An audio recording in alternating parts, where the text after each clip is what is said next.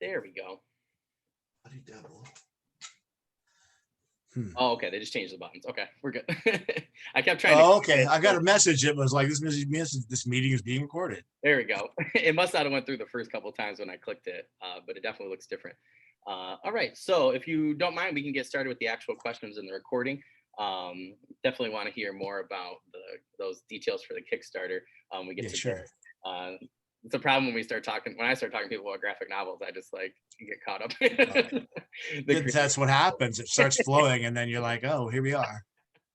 But it's really good to know, because when I do my video, like I said, for the Kickstarter, that'll be really cool stuff to share in there. So, all right, hello all. I'm Dan Coolbaugh. Here today we have Alan at Silverwood, correct? Yes. Perfect. One of my friends used a pseudonym for his last name, and I had no idea, because it was like even on Wikipedia. It is that. Well, that's the thing. Let me just tell you right up front. Alan Silverwood is a pseudonym. Oh, cool. If you go looking me up, and you'll go, he said he worked for Marvel Comics, but I can't find an Alan Silverwood. Well, you won't, because I worked for them under my birth name years ago, and it is not Alan Silverwood. Alan is my middle name, and Silverwood is from my mother's family tree. Okay, cool. My birth name is Gary Barnum, and if you go look up Marvel Comics Gary Barnum, then you might, or G. Allen Barnum, either one, you'll find some Marvel Comic stuff under my name, editorial assistant, some short stories and stuff. Long time ago, way back in the day. But Gary Barnum was them. Yeah, I didn't have a chance to look you up that way, but when I looked him, I was like, "You didn't work for DC." And he's like, "Oh no," he's like, "I did a few runs," and he's like, "No, it's just under this name." So that's really funny. I'm gonna actually have to share that with him really soon. So. Some of us do this. We change our names in lives. For good reasons, though. But and not for legal reasons necessarily. We're not evading anybody. It's just People are gonna see this podcast. They're gonna be like, "Oh man, he's on America's Most Wanted" or something like that. No. Long story. It has to do with my father. Actually, Barnum, my father, took it from his stepfather, and it isn't even our family name, and it means nothing to me. And that's about the length, the short. That's the short story. There was no reason for me to even have that name, except that my father took it from his stepfather. So I was like, I'm going to go back to something that means something more to me. And I went up my mother's family line to take a name. That means something to me. When I started, doing more publishing on my own, I'm like, I'm just going to take something from my mother's family line. So I took the Silverwood. Oh, that's cool. That's awesome. Yeah. So that you kind of got into it when we talked privately before we started the interview. What was your writing journey like? And that could be, novel. It could also be, comics. Whatever your journey was, just let us know what that was like. It is just kind of a funny story, but I started writing and drawing my own comics, and I don't draw. But just to be very clear, I started writing and drawing my own comics at 5 years old, and I didn't know what I was doing. I was just sitting at the coffee table, and I had this story idea that I wanted to tell, and I wanted to tell it visually. I was 5, and so I did this trash can man, and basically I used stick figures, and it was a guy who basically turned a trash can over and he apparently cut a hole out of the bottom, and he put it on like a suit of armor, and he took the trash can lid, those old metal trash cans with the metal lids, and he used the lid like a shield, and he had a sword, and his enemy was the garbage truck, and it was this living garbage truck with big teeth that came after him, and he'd fight the garbage truck, and it was trash can man or garbage can man. I don't remember what it was called. And those were my little comics, and I was making these things. I was 5 years old. So I was making comics when I was 5 years old, and I didn't know what I was doing. I didn't know it was comics or anything. I don't think I'd even read a comic book at that point, but I was doing that. And then by the time I was 8 years old, I was reading The Hobbit and Lord of the Rings and stuff like that. And then I was watching movies by the time I was 12 and stuff. And then, then I was reading comics, I got into things. And so I was reading books and comics by the time most kids were not even really into books and reading, so my whole life was all about that. So by the time I was in my early 20s, I was editing, and I got hired on at a magazine publisher, and I got hired on in the subscriptions department, and they found out there was an opening in the editorial department. They heard that I was interested in doing that, and they're like, "Well, okay, but you don't have your degree yet." And I was like, but I'm still interested. And they were like, okay. Yeah. So they had people coming in with degrees and, like trying out for this editorial position. And they said, well, let's try them out. So they gave me, all the tests and tried me out. I beat out everybody and they hired me. Oh, cool. So I got lucky. So I got hired on. I was being shared by 3 magazines, and they were fighting. They started within a month. They were fighting over my time. So after a month, one of the 3 magazines took the initiative and made me an associate editor on their magazine, which took me away from the other 2 magazines. Yeah. So I wound up doing writing and editing for this magazine. Then I'm working for them, and then I was going down to San Diego. Now, this was back in the days when San Diego, even though it was still the biggest, comic Comic Con in the country, you could get to the professionals and talk to them and have conversations. So I went up and I talked to Richard Starkings, who was an editor from Europe, Marvel UK at the time, and we had to talk about one of the books that they were putting out, and he was just surprised that that here was an American who knew one of their books. And I'm like, oh yeah, I was checking it out. And he was interested in Los Angeles, and that's where I lived at the time. And he wanted to come up and see LA, and I was like, come on up, I'll show you around. So we did, hung out, and then he went back to England and then moved over to New York.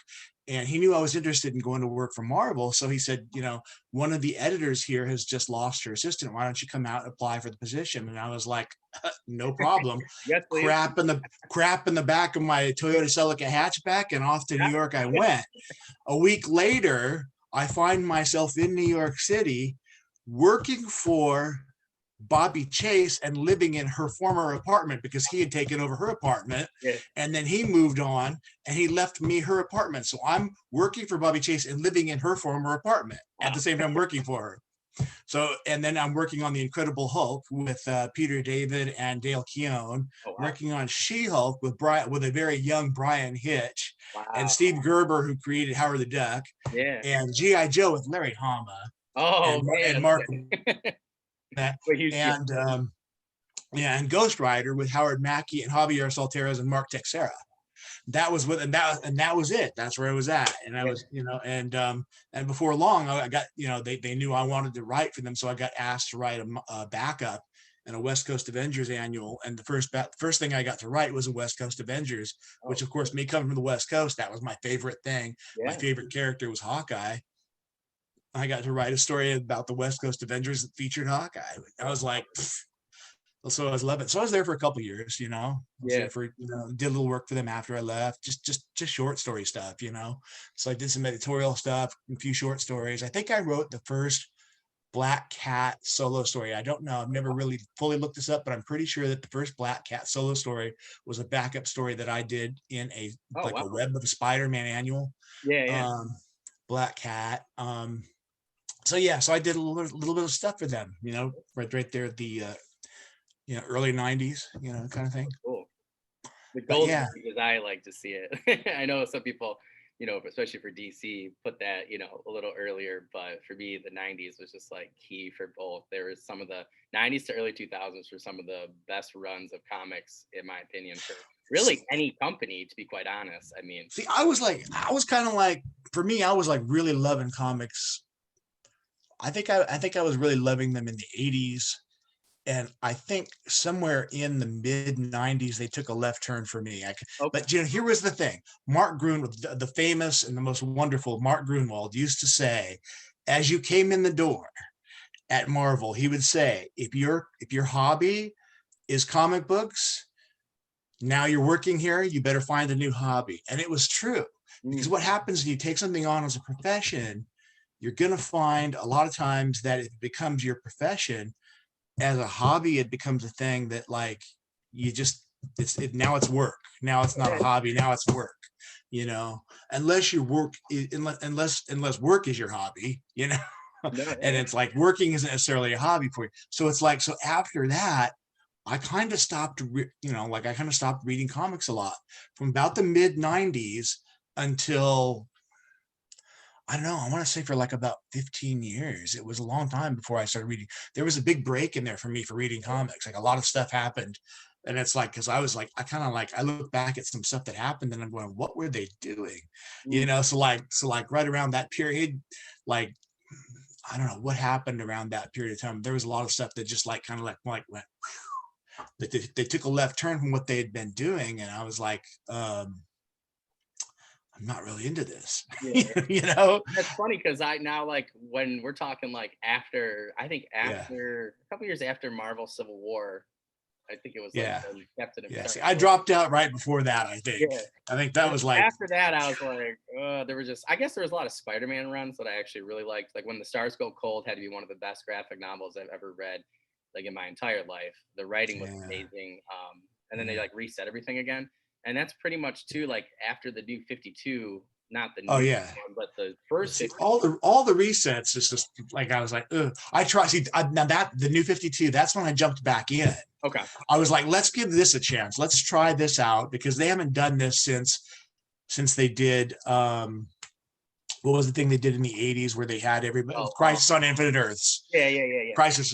DC hadn't done that since Crisis on Infinite Earths. So I'm like, well, let's see what they're doing now. I'll give it a jump. Plus, at that time, a big chunk of the editors that were at DC had come from the days I worked with them at Marvel, including my old boss Bobby Chase. She was there, so I'm like, well, let's chunk it. Let's jump in and see what they're doing here.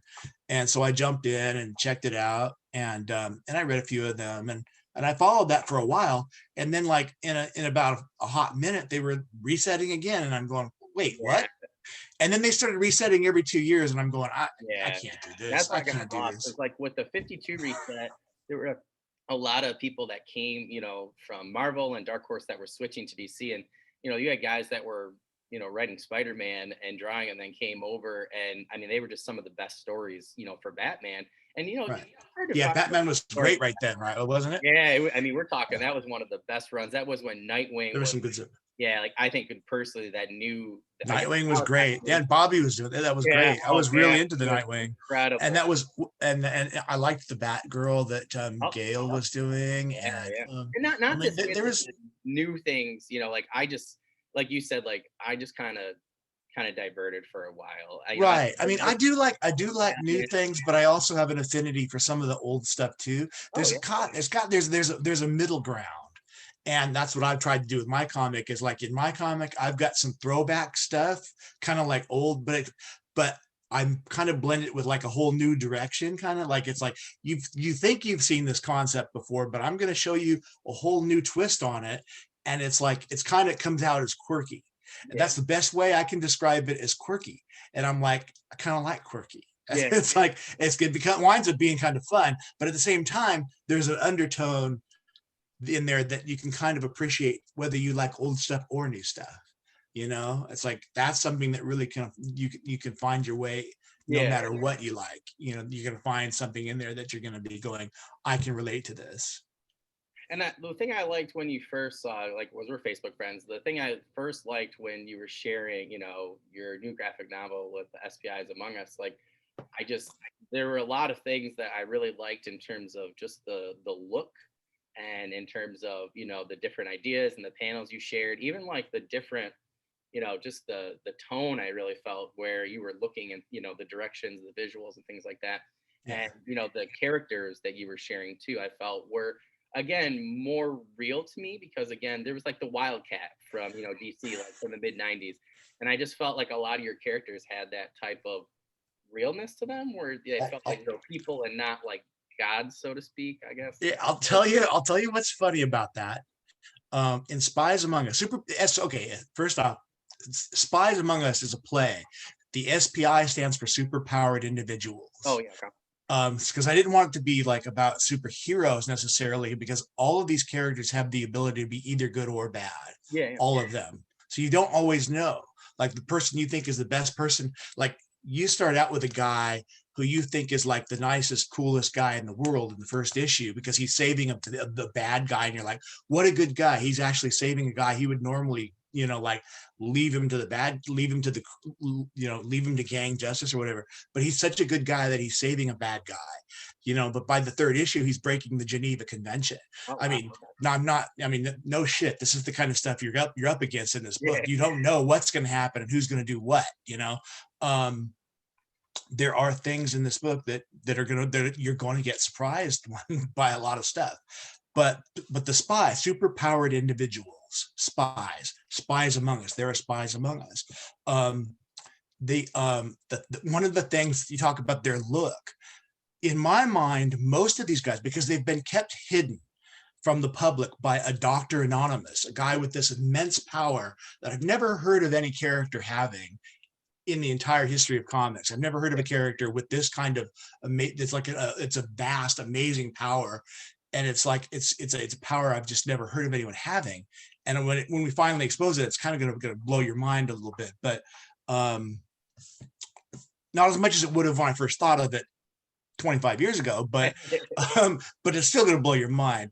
One of the things is that they've had kind of this ability to function in the world without having to have costumes, but I like the old costumes back in the golden age, when they made costumes back in the golden age, they came from like wrestlers, or their costumes they were kind of influenced by real stuff.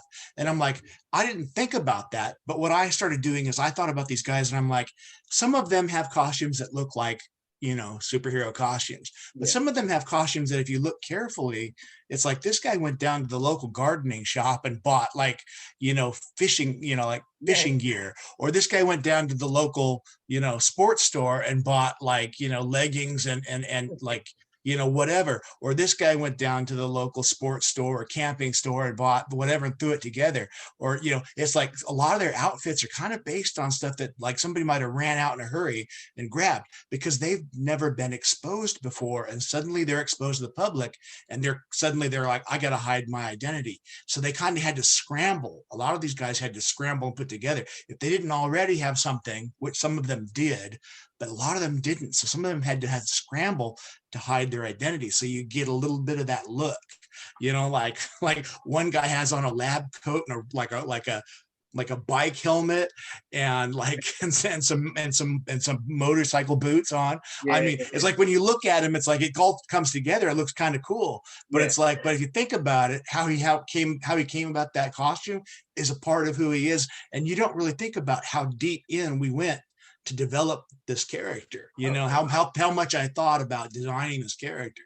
I mean, it's like there's a lot of that involved in this. Well, it's funny because that's why you're getting this feeling. Yeah, well, my friend, so one of the biggest problems that we had with the Tobey Maguire Spider-Man movie was where this teenager getting the glass for the eyes, even for the suit, and the suit was incredible. Like, don't get me wrong, but it's like sure. Like something. It looks like something that Tony Stark would have developed, and not right. And it's right. You're a poor kid, living in New York City. It's like it just doesn't seem possible for that suit. And I liked how they changed it with Tom Holland, because they once the last movie, sorry, spoilers anybody, where Tony takes the suit away, and then I guess it was the first movie, he takes the suit away, and then he's got to go back to just his sweatshirt and mask and and like little batting gloves even for the batting cages. And I'm like, we really like that, because to us that made more sense for a 15, 16-year-old kid in his financial situation in the place where he was, because Tobey Maguire, it didn't make sense. And it you talk about like when you're writing a novel, you don't want to pull your audience with something like that, one of those types of details. And we enjoyed it, it was great, but it always stuck with us that just didn't make sense to us. So it's funny. Now, of course we changed that. Yeah, and of course, I also built something in for problems like that. I've got a character that he's a major character in the book called the Fabricator, who literally is a guy who got rich and lives in a mansion in Beverly Hills, who essentially has been secretly making technology or costumes or whatever for the right bidder. If you came to him with enough money, he could make anything. That's his superpower, actually, is this ability to fabricate anything. He's kind of a cross between Forge of the X-Men and the Fixer. If you remember the Fixer of the villain, it's like if you cross the two of them together, you get the Fabricator. He's this guy who can come up with anything and make it for you for the right price. And he's neither good nor bad, because he, it's like you just come to him. It's like, so he's serviced guys who are good and guys who are bad. And it's like, again, I don't want to enforce that anyone's good or bad, because in this book, anybody can do good or bad things. That's kind of the whole point. Yeah. But so the Fabricator is this guy, and he winds up working with people who have, you know, more of the good interest, the interest of good, at least at the beginning of the story. He winds up working with the guys because they get attacked by guys who are definitely not having the best interests of the overall good in the first issue, you know. So he's kind of winds up on working with the good guys at the beginning. In fact, in this second issue, you'll see that, you know, one of our main characters, the Black Ghost, he gives him a suit upgrade, which is like, which kind of you talking about the whole Tobey Maguire thing. It's like he gives him a suit upgrade. You know, he actually gives it to him in the second issue, and he gets his permanent suit right there. And it's like, that's how I want to explain how you get a suit. You know, it's like, boom, I put that right in the second issue, kind of like. It's like, so some of the suits that people might have would have come from him, but some of these guys, they're wearing construction worker suits, you know, electricians, gloves, whatever. You know, it's like the second major image you showed for the first book, I believe, or maybe it was the first, maybe one of the issues, but I know it was like the second thing I had seen. I was like, oh, this is really cool. And you shared some of the art, but there was one, I think it was like a cover or something like that. And I specifically remember like one of the guys having like gloves like that, and I was like, those gardener gloves? And then I really started to think about it. I was like, of course they it's are. Probably alloy. It's electricians. It's those kind of like leathery electrician gloves. Yeah. That's cool. See, and there are guys with gardener gloves too. They're slightly different, because there is a guy called the Barrier, and he wears like, it's kind of like, you know, like a waders that a fisherman would wear, and a t-shirt, and he's got like a hanging mask on that hangs down over his face, and he's got like these the big boots that fishermen wear, and like overalls, and he's called the Barrier. And his I do a little play on words with the names all the time, and it's just like, it's totally intentional. The guy's real name, that, you know, like people don't necessarily know, but his real name is Doug Graves, and he's actually a grave digger. I'm like, I just totally totally riff on it. I'm like, I'm just gonna have fun with this guy, and he's just a bad guy, but he moves earth. He literally moves earth in waves. There's a big picture I've been sharing around a bit on Facebook of Fortress, she's just like this kind of like normal redheaded girl, but she's like, imagine if Colossus could transform, but instead of turning iron, he turns into like a castle wall, you know, kind of a thing. And he becomes like 9 feet tall. You know, and he's like a castle wall, solid. You know, that's what Fortress is. That's cool. And she's triggered, but she's a little bit like the Hulk, and like the Hulk is triggered by rage, but she's triggered by fear. You know, so it's a defensive mechanism almost. But she's called Fortress. Oh, that's cool. That's really a good writing point too, I feel like, because there are a lot of times, right, where she could get triggered and not necessarily. And that's the thing about the Hulk. Oh yeah. Like they're angry, like. But fear, I like fear. Fear is she's got a very dark background too. There's also some very deep, dark backgrounds. Some of these characters.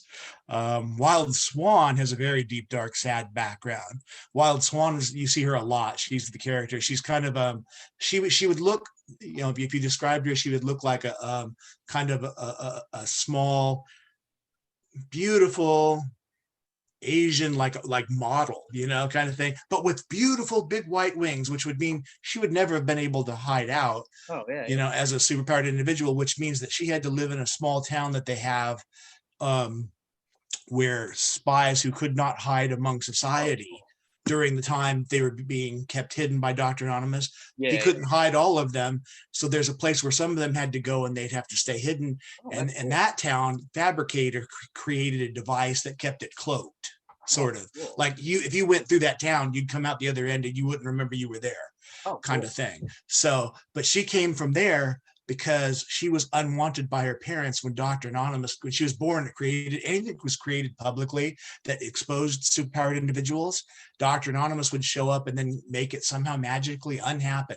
If buildings were destroyed, if people were hurt or killed, he would make all of that unhappen. Like people were resurrected and stuff. Nobody knew. How does he have this? What is his power? Where does this come from? Where does he come from? Who is he and how does he do all this stuff? But this is what would happen. So if something happened like that, like someone had a child who was born with wings, it's going to be in the news, right? Yeah. Dr. Anonymous shows up and says to the parents, okay, I'm going to make this unhappen, but here's your choice. You can go and live with your child in this hidden town and raise her as your own, or you can give her up and I take her to this town and you'll forget all about her. And they chose to give her up. So he had to take her to this town and she basically comes in there a foundling. And that's how she was raised by other people in this town. But she looks like she's this like sweet little delicate Asian, girl, and whatever. You think she's going to be one thing, but what happens is she is this cigar smoking. She smokes cigars, drinks whiskey, plays poker, and cheats, and cusses like a sailor. She is, and she kicks ass. She is not what you think she looks like. She does not. She breaks the stereotypes completely. It's like she breaks out of that, and she's kind of a fun character both to use and to read about. She's a lot of fun. But I do a little bit of that, play with stuff like that. But there's some dark backgrounds. Fortress's background is maybe, I don't know who's darker. Fortress's background is kind of dark too, but in a different way. I like when you have to think about it though. Like because they both sound really interesting, and especially for her with the whole like parent thing. I just think that like from a writing standpoint, I think a lot of people will be able to connect with that type of character in one way or another, because of just that aspect. And you can't change anything about her, so the fact that you have edited is very interesting. So and the thing of it is, you don't have in the middle of a comic book, it's like these are 32-page comics. You don't have the opportunity to get into all of that in the middle of, like, I drop you right into the middle of action and there's stuff going on, and you can only expose their personalities and their characteristics through this action. So you have little bits, and there's enough characters that you can only expose a little bit of who they are as stuff is happening. You don't have a chance to go, oh, well, when I was born, blah, blah, blah. It's like, not that she would even tell anybody this.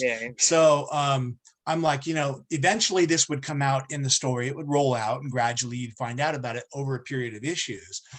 So that's what's going to happen. But in the meantime, we created this. Let me get this in front of the camera. Oh, nice. Classified Files Handbook. This is a thing that you kind of, all the characters. Oh, look, there's the barrier. What I was talking about with the waiters over here.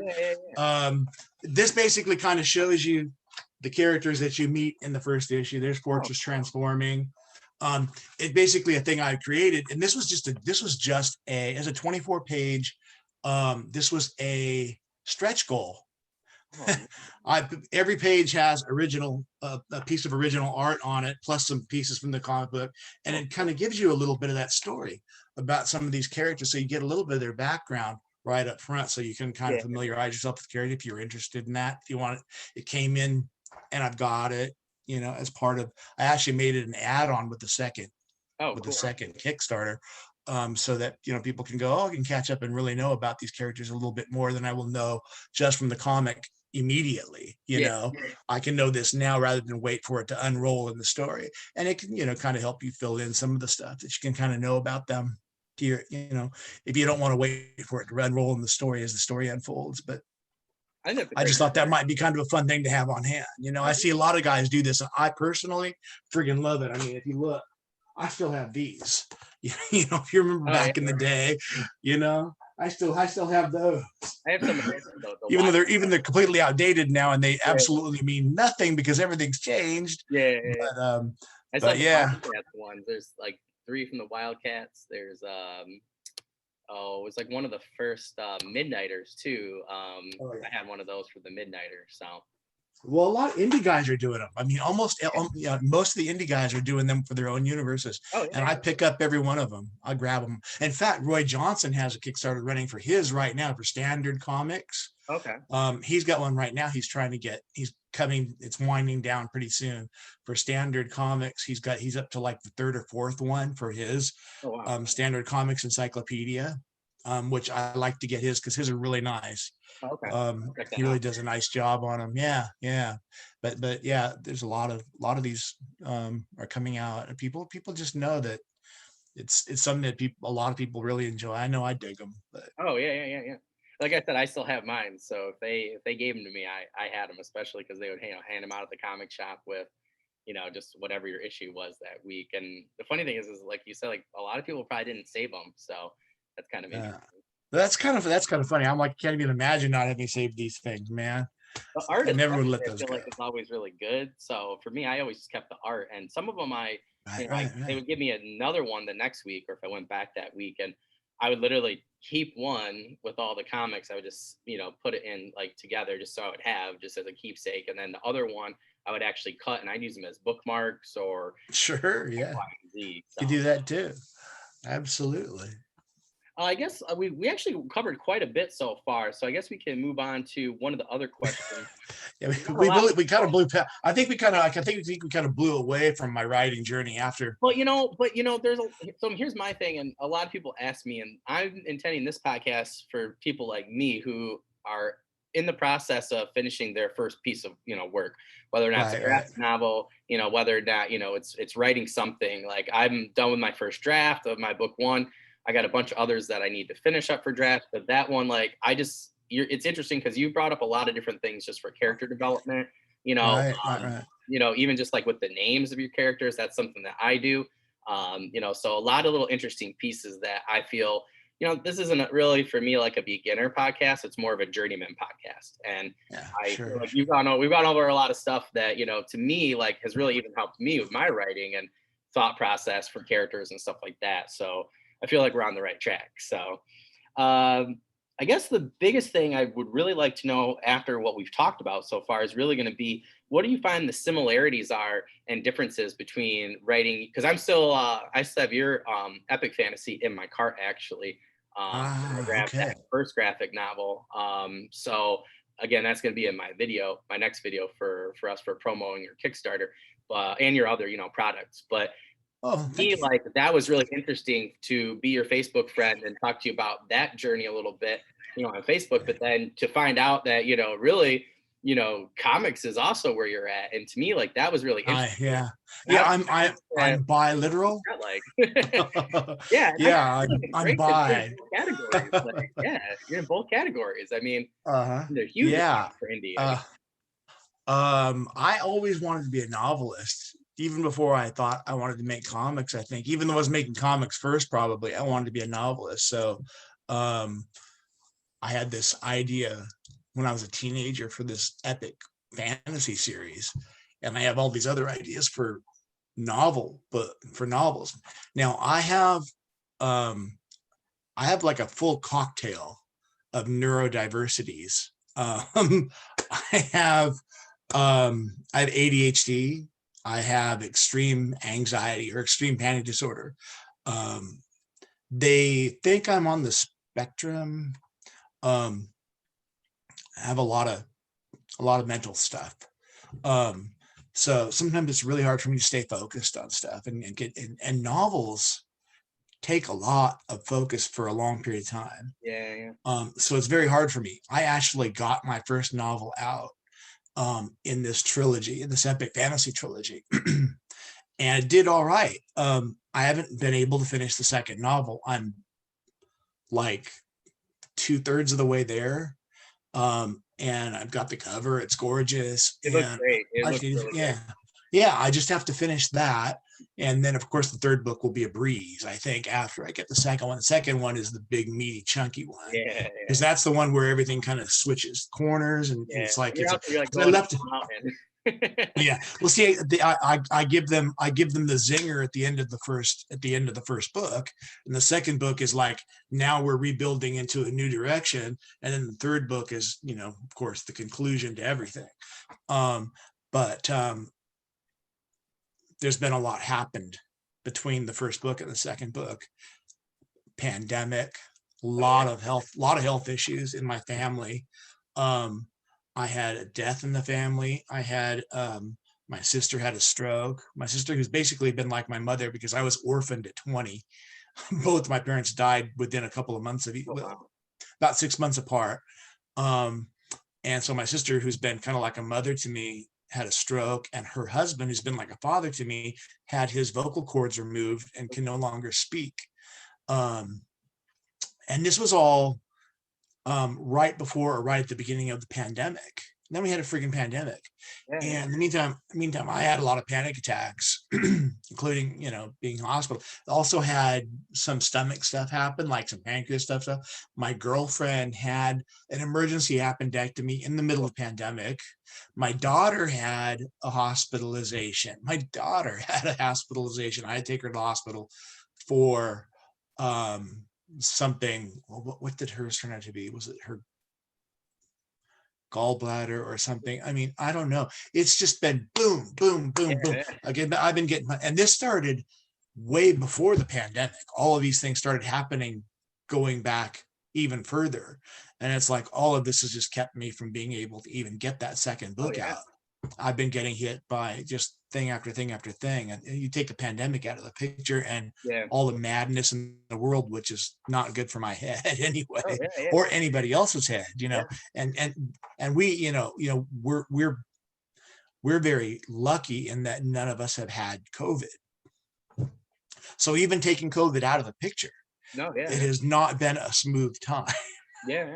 So doesn't make for a good writing psyche. Does not make for a good time for you to put your brain in. I've had a rough time in other ways as well. So it's just been really rough, and that is actually harder on the novel writing than it is on the comic writing. But it hasn't. So the comics have been a little bit easier to move forward with. But the comics were kind of like, here's the thing about comics, is you write them and then you sit back and you wait while someone draws them, inks them and colors them and letters them. So you might have 2 or 3 of those in the can, and then you have the luxury of being able to kind of like wait for people to get those done. Like I have a steampunk comic, which is gorgeous. Cool. If I could share that, wow, I cannot wait to share that. That's like that one. I'm like, that's the one that people are going to go really crazy for. Cool. Spies Among Us is a great, for people who like superhero type books.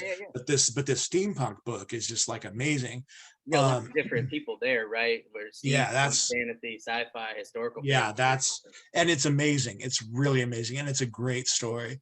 And that one, we've just gotten the first issue to the point where it's going to be ready, we know now, before the end of the year. So I'm going to start showing that in March. I've shown some. There's a little bit on the Popsicle page. There's a little bit of stuff showing, but to be able to start showing the pages and a little bit talk about it a little bit more, that's going to start to happen. But it sounds like you need to schedule one for later on. Once it comes along. I don't want to just. I was trying to jam it up, and I was thinking of doing them back to back, and then I realized this Kickstarter is kicking my butt, and I'm like, I don't think I got the energy right now. I mean, one thing the pandemic did do to me is take a lot of wind out of my sails, just energy wise. I know that feeling. I'm like most of us do, right? I'm like I can't walk anymore. I'm like I've lost like the ability to just get up and just go for a walk. It's like I'm like, that's happened. So I guess that's kind of the difference, is that comics in a way are a little bit easier a little bit easier on the writing side, but the production, let's get to the production. When you write a novel, you send it to your editor, it comes back, maybe you get a cover, it's edited, you do your edits, you publish it. Done. Comic books, you write it, you send it to an artist, You hope he turns in what you wrote. You hope he turns it in on time. You hope he turns it in at all. Then you send it to an anchor. If you're doing pencil ink, sometimes it's the same guy, sometimes it's not, depends on who you're working with and what you're doing. Then you're back to, you hope he turns it in, you hope he turns it on time, you hope he does a good job. Then you're back to, then you go to a colorist, then you're back to, you hope he does the work, you hope he does it, and you got to work, and then you're managing budgets and stuff. So you're managing all of that. So then you go to the letterer, and it's like, okay, you got to make sure everything's where you need it to be, make sure you got to proofread all of that stuff. And you got to Kickstarter it if you're doing Kickstarter, if you're going that way. That's a whole nother promotions and marketing. I'm like, I am not good at that, so I'm trying to figure out how to get better at that, because that's oddly enough, I've spent most of my life 30 years as a professional writer and editor. A lot of that has had to do with marketing, promotions, and advertising, and yet I can't do it for my own stuff. Not as effectively as I feel like I should. So I'm going, okay, I got to be able to do better. So I'm trying to alone there, my friend. That's right. It's like, for some reason, if you gave me something and you said, I really want to market this, I'd be like, boom, I know exactly what to do. Let me take it and run with it. But it's like my own thing, and I'm going, this is great. I mean, this is wonderful. I believe in it. This is an amazing thing. Trust me. I do know this is good stuff, but how do I say that to other people without sounding, arrogant or something? And I'm like, well, why shouldn't I be arrogant about this? I know this is good, but it's like, how do you do that? I'm like, where do I find that line? It's like, I know that I've got a great story to tell, and I know it's fun, and I know people are going to really love it when they read this thing and where it takes them. When they get to the end, they're going to be like, this is like one of the coolest things. And it's like, and I know this, and it's like, and I want to say this to people, but I'm so afraid I'm afraid of spoiling things. I'm always afraid I'm going to spoil something. So I hold maybe a little too much back, but at the same time, like, it's like, how do you sell something without spoiling something? It's like, it's like finding that line. But so all of that, so comic books, you think on the surface, oh, okay, comic book, it's like, it's just a 32-page thing you write. So much easier than writing a 500-page epic fantasy, right? Oh no. The writing part of the epic fantasy, that is harder. I mean, make no mistake about it. That's a hard thing to focus on, for 500 pages or whatever, 500, 600 pages. That's harder to do. But comic book, you might get the writing done, but when you consider how hard it is to actually get the thing actually produced, finished, done, complete, out the door, I would put them about equal.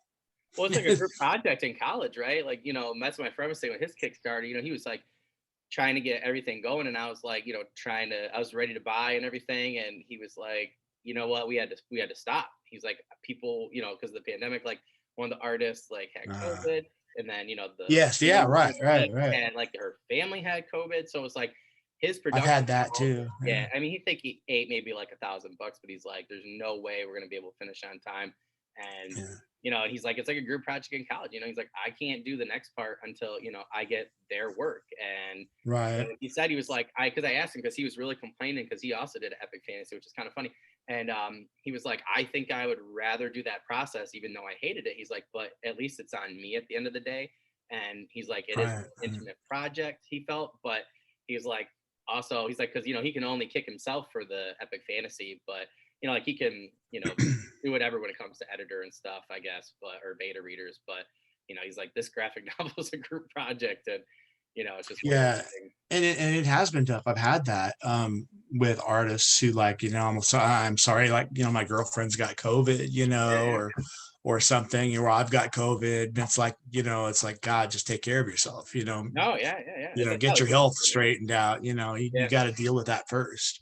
And it's like, well, the project is, it's delayed. Like this book, I mean, this the second issue of SPIs, the plan for this was to Kickstarter it in the spring. which is a much better time to do a Kickstarter than friggin' August. August is apparently the worst time of the year to Kickstarter anything. And I'm like, I heard this is October was worse. not. Makes me feel any better. Yeah. I don't know why. October's worse. That's what people were telling me because like Michael R. Fletcher, so he was, that's when he did it. I think that's when he did his first one, was like before Halloween, and he thought, like, because he does grimdark fantasy, that it would be like a really good time. And he was like, him and a couple other people were telling me on, personally and on their podcast for Wizards, Warriors, and Words, are like, this was a horrible plan, like like you're going right before the holidays when people are buying stuff, for Christmas, and it's right after, I don't know what was up with after Labor Day, but maybe it's August to November. I don't know. It's weird because my first one, I started out at the very end of July and it ran into the early part of September. Really? No problems at all. Right through August, no problems at all. Huh. But this one I started, like August 10th. Yeah. So maybe it's like if you start before August, even if it does run through August, you're okay. I don't know if it's the fact that I started in August that I'm sort of running slow. I've still got 2 weeks. I'm only $600 from goal. I'm like, Interesting though. Like, is it because kids are going back to school and families, like some people are in school, maybe they're just busy with emails and stuff and miss it? Like, it's I don't know. I mean, I have heard that August is the month that like doctors and lawyers are all out of town on vacation. I don't know if they're buying comic books or not. Yeah. I don't know. Back, right? Yeah, exactly. I mean, I really don't know. Maybe that's just the thing. I don't know. But yeah, so it's like, but yeah, it's really, there's a lot more management and hands-on and getting comic book done than there is when you're just writing a book. You just write the book, but that's not to say that that's an easy thing. No, at all. Yeah. And I think that's where I talked to you a couple of years when we first became Facebook friends about, like, I really wanted to do a graphic novel. I wanted to do one like Diablo, like the original game, where literally it's a dungeon crawler. Like, you got these 3 heroes, they knew each other from, like, they're veterans, and one of them's a rogue, goes down, like he's like visiting, his blacksmith friend. The next thing you know, he sets like all the demons loose, and then they have to go down and rescue people and do stuff. And I was like, this sounds like such a good plan. And then I started talking to people and I was like, I don't know if this would be a better graphic novel or a better book, because I was just like, I feel like with my schedule, I just won't be able to, to match up with other people. So I'm still kind of thinking about that particular story, but it's interesting you say it, because I've talked to quite a few people. Sounds like a good story. I mean, I still think it sounds like a good story. It's just, it's work. It's all work, man. It's a lot of work. We're trying to have a baby this year, so I was like, I think it's whoa. I was like, I think it's gonna be like a, when they're in school type of thing, like But my friend was like, well, you could also do the book, and then if people like it or don't, he's like, it could also be an ace in the hole as a graphic novel. He's like, you could fix it or whatever, and then kind of change it. But it was interesting though. People do it, but it depends. I mean, if you've got a good following, if you've got a good fan following, they might support you right into whatever. You never know. You just you won't know until you do it. That's the thing. Oh yeah. I always think, like, I always see yours and everything, or last couple of years, I'm like, man, that's just like, I told my wife, I said at some point, I said, depending on what, obviously, like, I'm gonna rapid release next year, like at least 4, and I'm just like, you just never know, like what could happen if I don't have a lot of responsibilities towards different people and stuff. I might actually just take a break and then try to do the graphic novel. So it's kind of interesting when you think about all that. That's the tough thing too. It's like, you're I'm doing something that not everybody can do, and I'm not even sure how much longer I can do it. And that's that I've been fronting, a lot of people go to Kickstarter and go, we want to make this comic and we need your money to make it. I've been going to Kickstarter and going, this book is already made, so you can support it with the full knowledge that this is already done and you're going to get it like right away. Yeah. In the future, I might have to, like, I've got the 3rd issues already drawn too. So it's like, this is the 2nd issue, the 3rd issue is already drawn.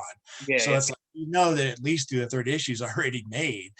After that, I might have to be coming in like everybody else and saying, okay, now we need you to support us to make the comic, the next issue, like everybody else. And of course, we've already proven that we can deliver.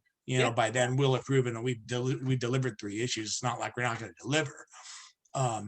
but we need you to give us the money that we need to produce the comic. And then that's when we're gonna have to ask for more money, because basically I've been at my goal money has been basically, this pays for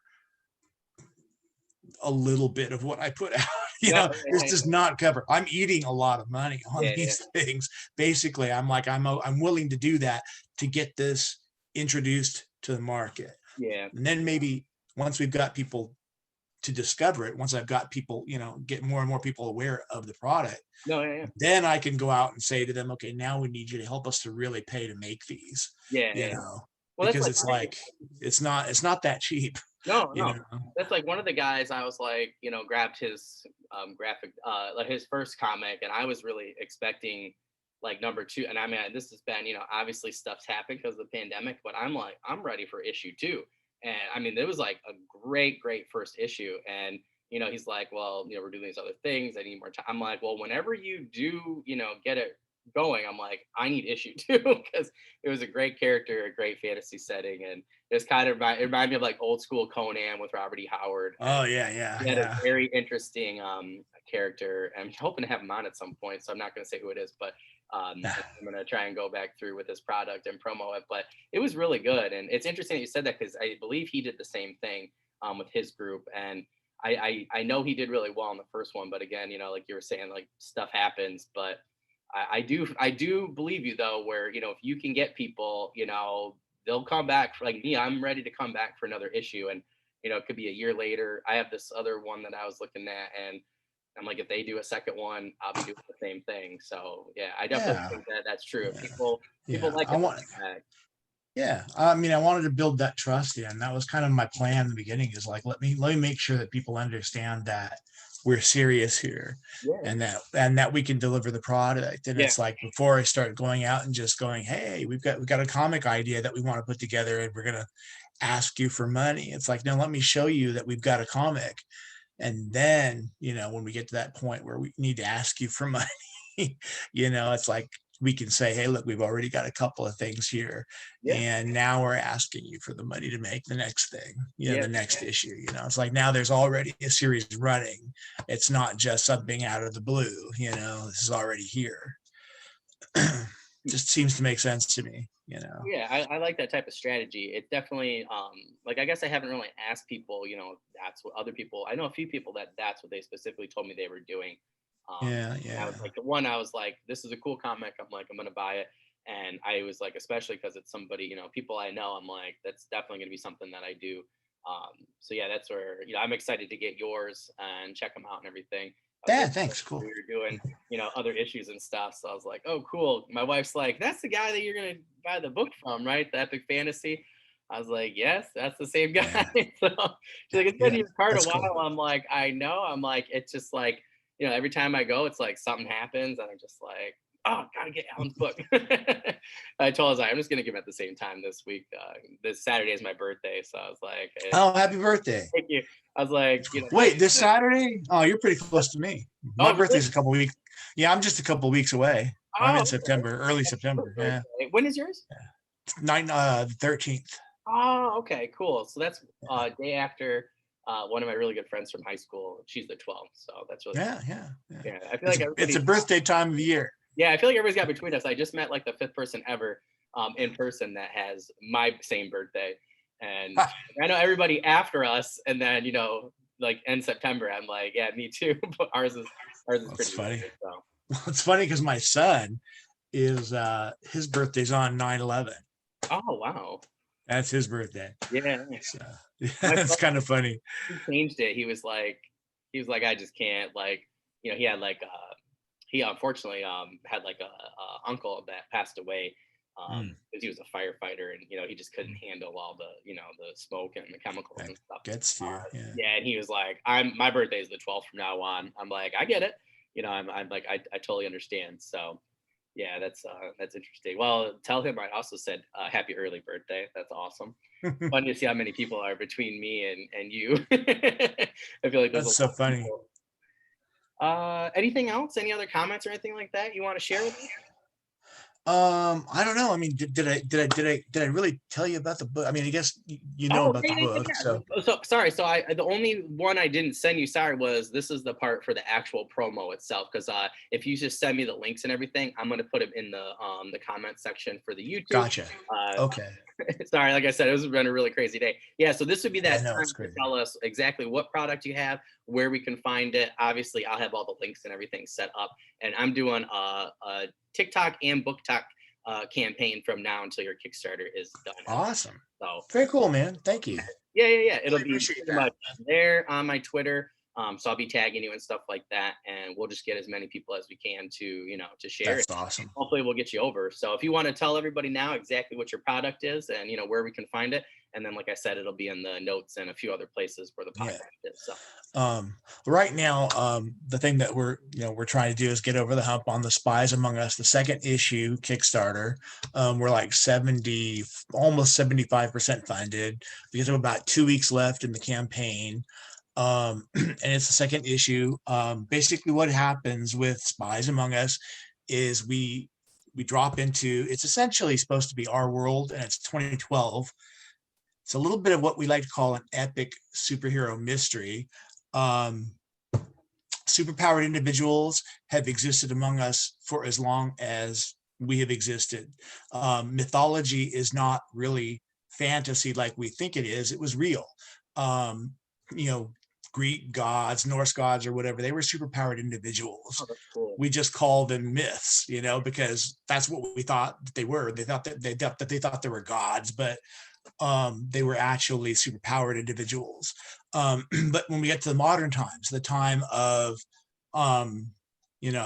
mass media, it became more evident that people like that would be exposed to the public as a reality and not as a myth. And at that point in time, a man named Dr. Anonymous rose and began to hide them somehow with this amazing mystical power that nobody knew how it happened.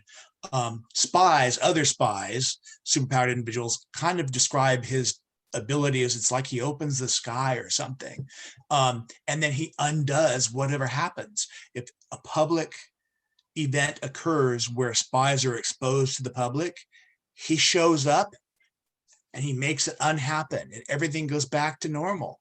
And the only people who remember that an event happened are spies. Oh, cool. It's like if you caught it on camera, it disappears. It's like it never happened.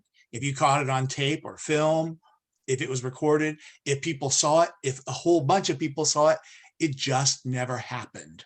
How does this happen? He's been doing this since, for a while.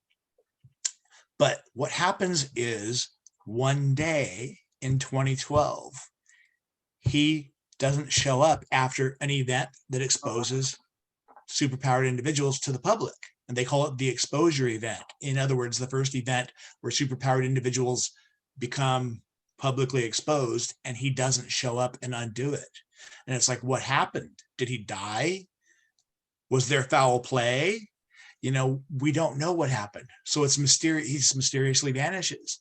And the public finds out about superpowered individuals, which they have always found out, but he's always undone it. Yeah. But he doesn't show up. And then weeks go by, and the public is losing their minds. They're freaking out. They're like, not only do they find out that there have been these people living among us, but they've been that one of them has been hiding them, and they're freaking out. They want to know what's going on. Yeah.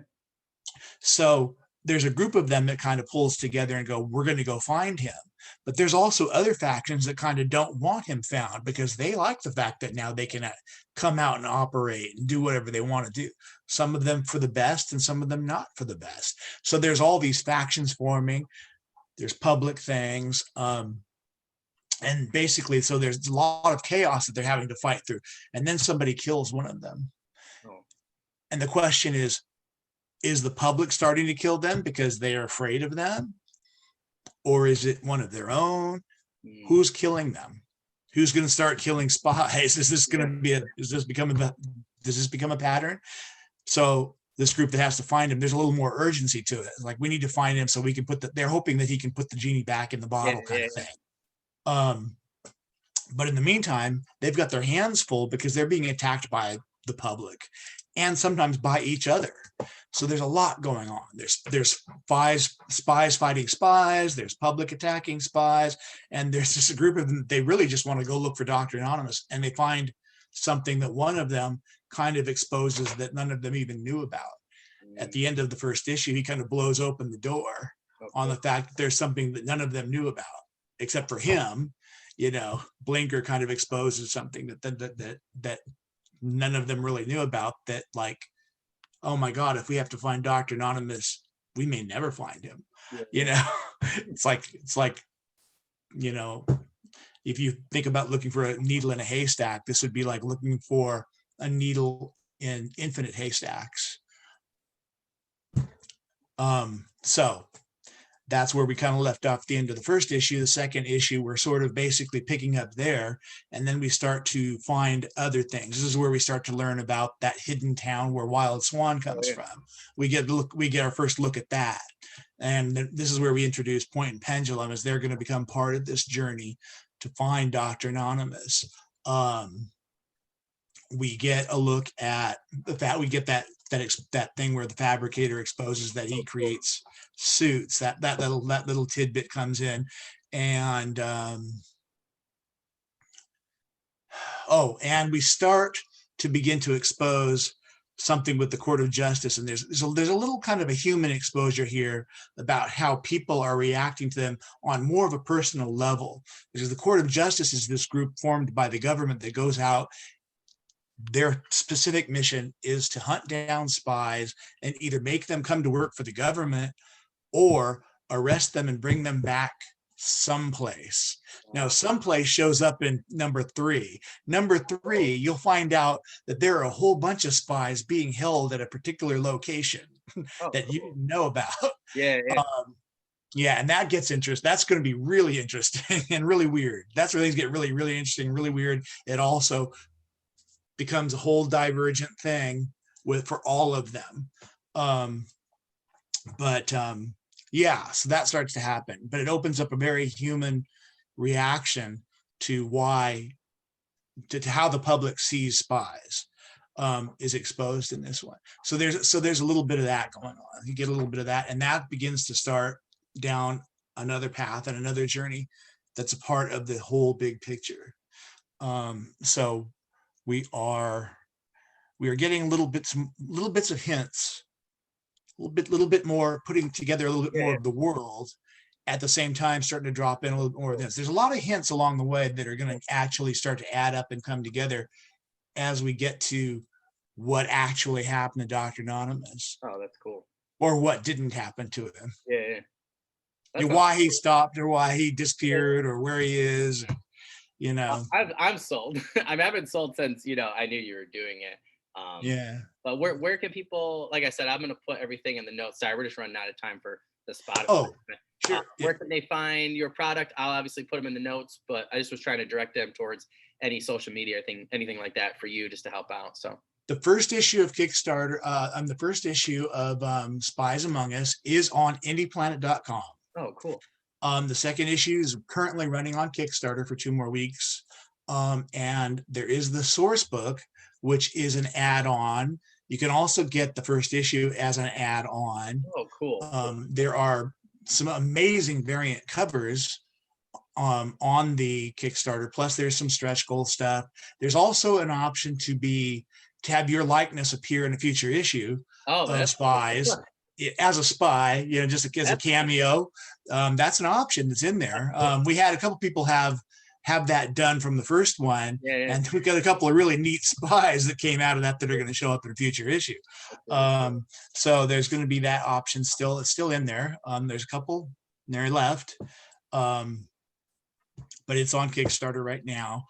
Indie Planet has the first issue. The source book will also be on Indie Planet. The second issue is on Kickstarter. And like I said, add-ons galore. There are a few things. We're going to also offer some PDF bundles. Oh, cool. And probably some trading cards as well for stretch goals. Yeah, we're going to do a little bit of trading cards. So we haven't shown any of the stretch goal stuff because, we're not even at goal, yet. But we're gonna go out and buy it now, so I get my trading cards. Okay. Yeah, we're gonna put those together and show those probably over the next few days here, so we can show some stuff. All right. Well, I really appreciate you having the time to come and speak with me today. I've been wanting to talk to you for quite a while, so thank you. Perfect. And once again, for our audience, so we want to thank you guys for tuning in to the Fantasy and Sci-Fi Fanatics podcast. You can find Alan's links. This is going to be on YouTube, so I'll put all his products and things that him and I can put in there for you guys. It'll be right in the notes. You can go to my website. That'll be another one. We have a new page that we're putting up actually this weekend for this podcast, and we're going to showcase your work and all those links until the goal is met or until that Kickstarter is done. We'll be on Twitter, Facebook, and Spotify for this podcast. So we really hope to, help you just push over that 600 and, maybe we'll get a Dirk Ashton situation where you get to 12,000 over, which would be great. So that'd be amazing. We're going to do our best. Thanks, man. I really appreciate it. Yeah. If you need anything else, just let me know. And like I said, we'll probably be have my tech guy look at this. We'll probably be separating this into 2 episodes, which would be even better because then, get more exposure and stuff like that. So before we put this on, that way, you can let everybody know, and we'll just work on the, social media campaign the next couple weeks together. So I'm hoping to have this up actually by Sunday morning, actually. Wonderful. And if you need anything else from me, or if you're looking back at it, you go, oh, you know what we need to do? Let me know. Yeah, I'll send you an email, a little bit, a message on Facebook, any links or anything you have. That way we can just put it all together in the same spot. Yeah. So. I'll try to pull it all together. I've got a lot of I don't always keep every link that I've got up to date because I can't keep up with everything. I found a couple of yours already. So what I'll do is I'll share them with you and then just see if those are the best ones. Because again, we just want to help people get to the best spot for you. So. Yeah. My ADD brain is bad. So. I got you. I'm pretty organized. That's why this morning I was like, oh man, I was dealing with work, and I was supposed to send this to him on my clock by 3 hours beforehand, and I was just on the phone with people for 3 hours. So I'm glad that you'll meet today. So and I was running late, and I was going, oh man, I'm gonna be 5 minutes late. I'm like, where are the hamsters? Get the hamsters out, man. Wake them up. All right, my friend. Well, I got to get going. I got another interview pretty soon, but oh gosh, okay. I'll get everything situated, and I'll message you. We'll make sure you're good to go, and I'll let you know when and where everything's going to be at, and then hopefully we can get you on again for the next Kickstarter. So, thanks. What do you do for work? Oh, I'm a teacher, actually. Oh, awesome! Yep, wow, respect. I'm cool. Coaching. They needed me last minute, and it's just been crazy. So I'm going a week late for coaching. Because this other person, went and took a better job that was better for them. So I was like, yeah, I'll fill in, and it's just been a lot of work. So I'm glad to that we were able to get you in now, because after next week, I'll be getting people on Saturdays and Sundays around my teaching and coaching schedule for the next couple months. So try to get one done, before December, so that way we can start releasing 2 a month, and then we're going to be going into season 2, hopefully recording by December. That way, by the time hopefully I have a baby in the spring, we'll just be on season 4, season 3, very cool. Season 4. So, so cool, man. Yeah, so it's gonna be a little very cool. Yeah. Friend, take care of yourself. Yeah, I appreciate it, and like I said, I'll message you tomorrow, and we'll get everything situated on all the social media platforms for us. Okay. All right, man. I'll watch for it. And have a good rest of the day, and I will see you later. Okay. You too. Take care. Thank you. Bye.